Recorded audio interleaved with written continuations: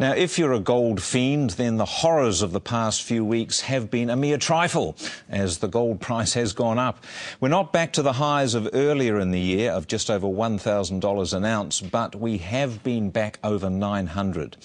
Louis Boulanger, whose Prosper newsletter always advises on the benefits of holding gold in this climate, he joins us now. Hi there, Louis.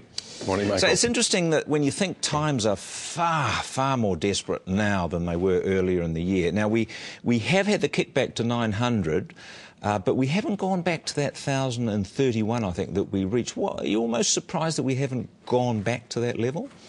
Yes and no. If the market was really a free market, totally free, and the price that was determined by the futures market was freely determined, then the price would be much higher at the moment. There is a lot of intervention in the market because gold is the canary in the coal mine.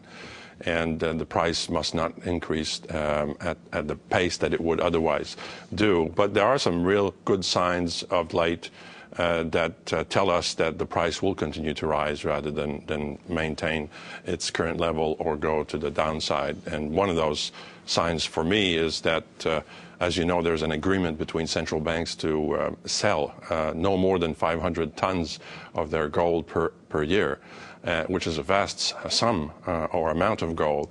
Last year, the year ending September, was the first year over the last 9 years where they didn't reach that maximum. And last week, both Germany and Switzerland have announced that they will no longer be selling gold.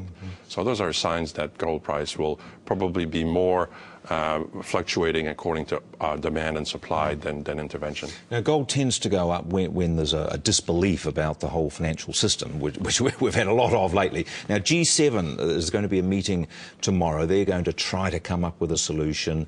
We've had all the central bank intervention around the world. Why do you think it's not working so far? It's not working because deep down it's not a credit crisis, it's not a financial crisis, it's a monetary crisis. What we need is another Bretton Woods. What we need is another gathering of the G7 and wider countries to discuss what should be a proper monetary system now that we're in this situation. That's my view. And whether the G7 meeting will solve anything, I doubt it very much. I think those countries are, for the most part, debtor nations. And what we're seeing happening at the moment is the creditor nations positioning themselves pretty aggressively. We've seen what's happened in Iceland and Russia coming in to help Iceland rather than their allies in NATO. So they're fascinating days. There's a disconnect between money at the moment. There are countries with huge surpluses. China's got 1 trillion reserves, and I think Japan's got massive reserves. A lot of the Arab nations have got huge reserves. Why can't these get together to help those that are currently in huge strife? Well, it's a very complex situation, and they're all looking after themselves first, in the first instance, rather than as a group.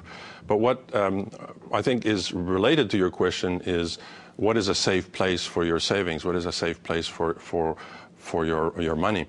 And generally, people think of bank deposits as a safe place, and it is generally so, except when there's panic and fear in the banking system.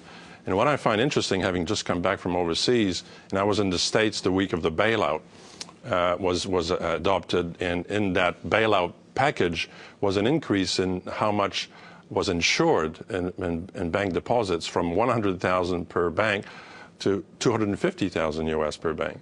New Zealand is the only country in the OECD that doesn't have any insurance on bank deposits. I find that fascinating. Because we assume our banks are safe. Well, of course our banks are safe. How can there be anything else? But if they are so safe, why not have some insurance on to make people feel even safer to have money at the bank?